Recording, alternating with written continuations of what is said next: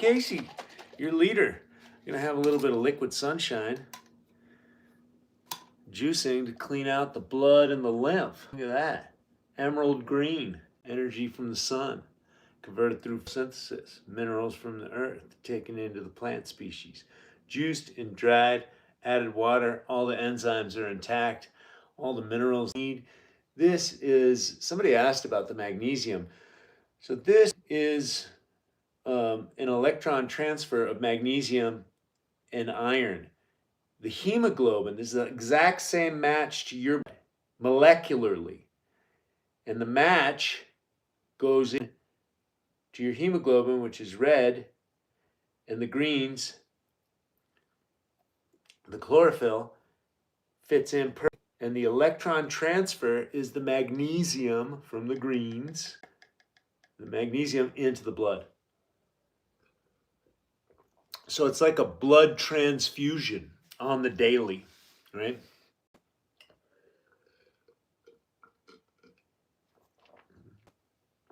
For energy and longevity, you don't need to have a disease. You don't need to get a disease. You don't need inflammation to live. That is from consuming the commercialism. When you get back to nature and the earth, and the dirt, and you get your food from farmer direct people like myself and that I work with, and the farmer's market that you frequent, if you want, because food is medicine. It seems all so simple, right? It's like step by step. You want to be healthy? Okay, food is medicine. Axiom, right? You are what you eat is not going away anytime ever. If you're a pig, then that becomes because you're eating garbage. You're eating poisoned garbage. And not that that needs to be an insult. That's just a fact. If you're nearly dead because you're being poisoned by the environment, well, then it's a way to clean yourself out, give the poisons, right? And also give yourself, there's only two things that are happening at the cellular level. You're taking in nutrition, dispelling waste. So the same nutrition that you're taking in is assisting the body and the cells at the organ level, at the cellular level. It's taking that nutrition in, expelling the waste. It's contributing to exactly what you need to do to live. And this is what we used to do when we were hunting and gathering, and even in the agrarian age 200 years ago, before the industrial, we were utilizing pure food.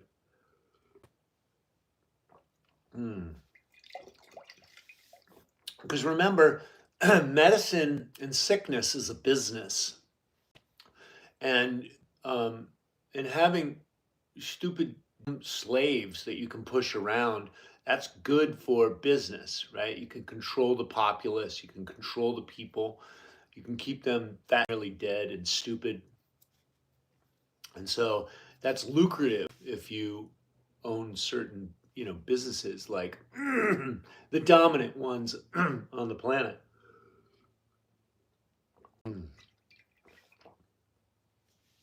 So the real revolution, revolution is simply being healthy in a sick world. Isn't that a wild concept? Good to see everybody. Comment in the box. Let me know where you're tuning in from. You can't drink grass. Oh, really? Okay. I've been drinking grass for at least years.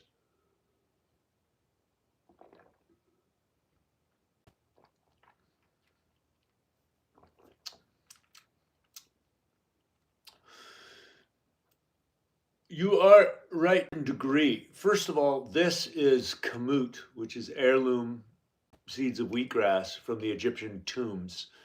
This is a very specific bioavailable grass that's available to humans. You're talking regular grass and you have animals, you have most stomach animals. That's why those grass-fed ruminants or cows are not meant to eat grain, because grain ferments in them. Fermented food inside an animal like that creates acidosis of their blood. Acidosis of their blood creates acidosis in your blood if you're eating sick animals. So Zoran, you have application in some of the things that you're saying, but there's a big misnomer around carnivore, keto type people, because we used to hunt and gather, and there are plenty of green human beings can eat that are raw, and get nutrients out of it.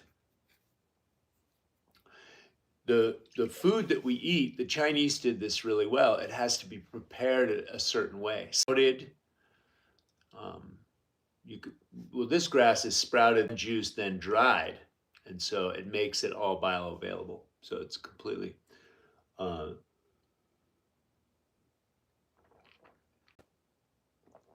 different than eating your grass clippings off the lawn.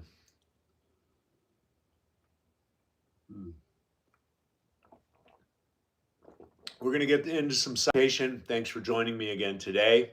Many of you guys have joined me the last couple of weeks, and I appreciate you coming along. This is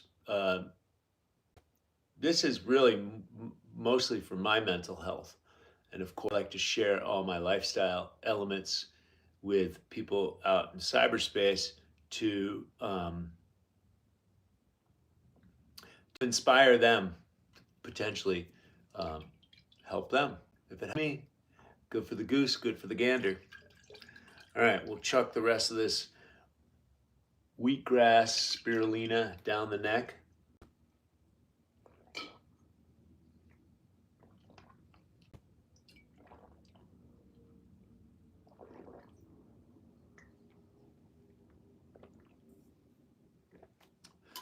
We'll get some meditation going. Tay Bunny. Yes, Papa. Okay. Somebody wants to come on. If you want to come on, what you want to do is you want to write a comment in the box that you want to talk about. Otherwise, we're going to get right into meditation here. I like this little beanbag pillow that I got from Amazon. Very effective. Propping up the spine. And so, straight spine is all that's required. I like to give the direction so we could just get into some silent meditation, get some time in. And so, ooh.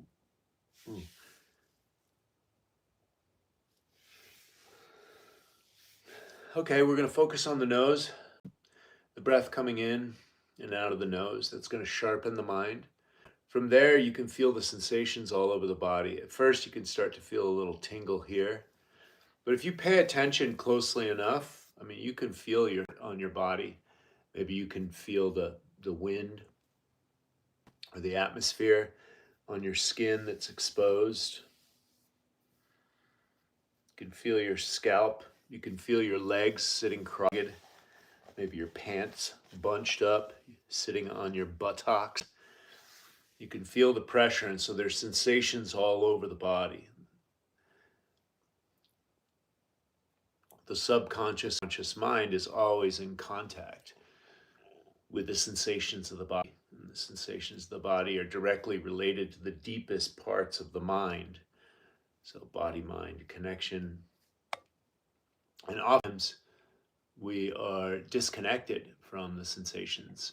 I give myself permission to feel my feelings, and it's okay, right? So you're feeling your feelings. Oftentimes anxiety comes from just going up into our head and our problems.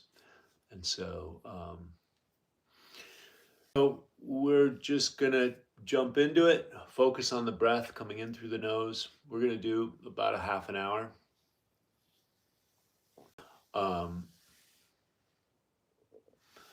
Meditation is private practice for me, but it ideologically is very interesting. Well, meditation is a private practice for me. I'm in my private room, and you guys are all in silence. And so I offer the olive branch of health and wellness out to others. And sometimes what I've realized is when I do certain practices and I share them with you, many of you guys write me over the years. I've been on social media for almost 20 years. You write me that it helps you and it inspires you. And that's my job, is to stimulate thought. So, with further ado, we're going to focus on the breath. And then from there, we'll focus on the sensations of the body. And so, very simple, silent meditation. If the mind wanders, just gently bring it back. Just gently bring it back to focus. Closing our eyes. The only thing that's really required is a straight spine. And we're breathing in through the nose and out through the nose. This will help sharpen the mind.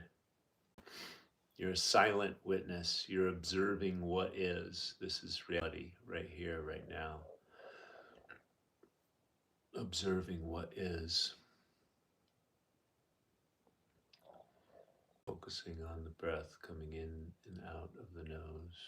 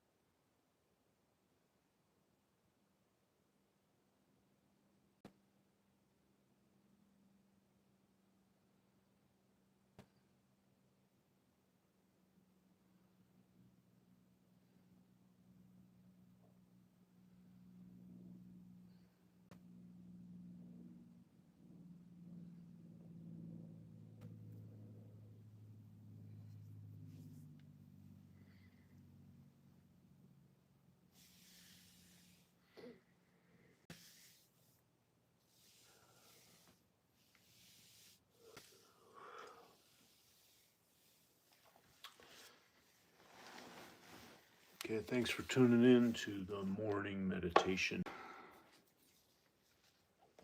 I appreciate you guys. Hopefully you guys got something out of that. A relaxed nervous system or something like that. Mm-hmm.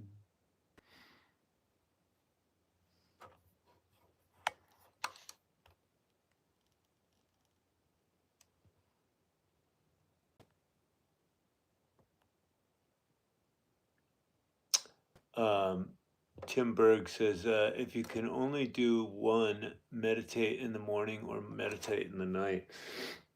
I think anything you do in the morning prepares you for the day. So I like to meditate in the morning. I like to move my body in the morning, etc. And so, what would you say is the best breakfast and lunch for every day? That's kind of a weird question because everyone's an individual, right? And so,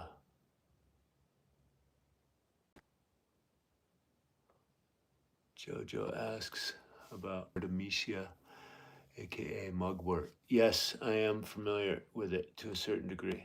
I know it. Somebody else is vaping marijuana. Yeah, I don't recommend all that stuff, especially the way the marijuana has been hybrided. So I appreciate you guys tuning in. We'll be back tomorrow for a little bit of meditation, prepare the mind for the day. I'm going to go to the gym now. God bless you guys. Talk soon.